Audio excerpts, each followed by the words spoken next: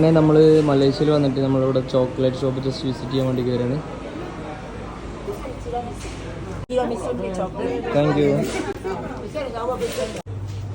Badam almond, number 1 tiramisu, number 2 sesame white chocolate, and number 3 almond chocolate badam. Vanilla.